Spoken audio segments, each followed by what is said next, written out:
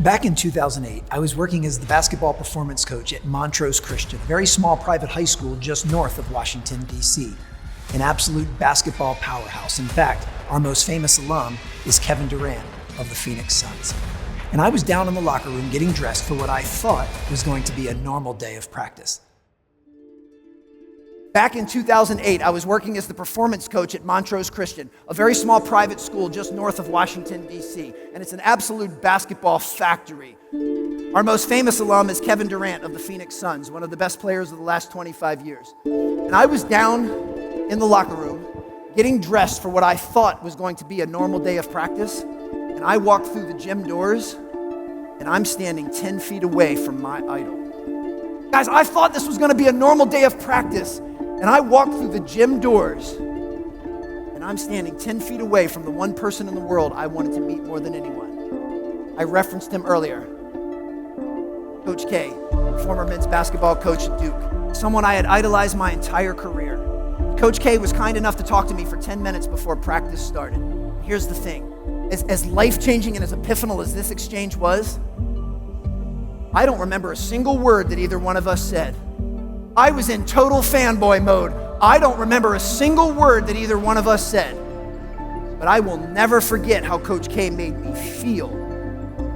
He made me feel like I was the most important person in that gym. I wasn't. The kid he was recruiting was the most important, but for 10 minutes he made me feel like I was the most important. How did he do that? Well, certainly he had great eye contact and a warm smile and open body language. But more importantly, he showed a genuine and an authentic interest in me, a curiosity in me. He kept asking me question after question about my work with the team, my training philosophy, my career ambitions.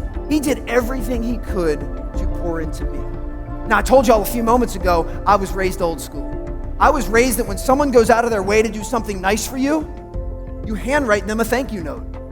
So I went home that night and I wrote him a thank you note. I said something to the effect of, Coach K, you have no idea how amazing it was to finally meet you. Thank you so much for your time. I'll always be rooting for you and Duke. I put a stamp on it and I sent it off to Durham, North Carolina. And I figured that would be that. 3 weeks later, I go to my mailbox and I get a note back from Coach K.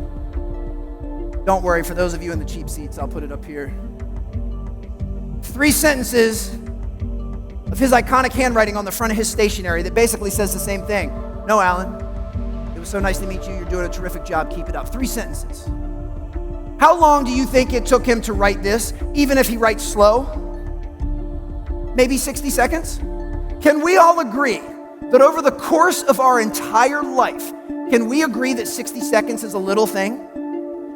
Well, this little thing had a profound impact on my life. This little thing is why I wake up every single day with an attitude of gratitude to tell as many people as I possibly can, thank you. I appreciate you. Hey, awesome job today.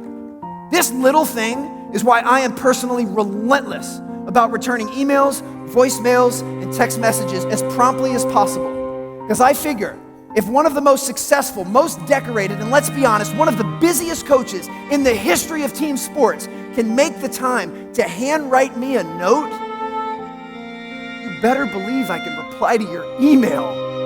You better believe I can call or text you back.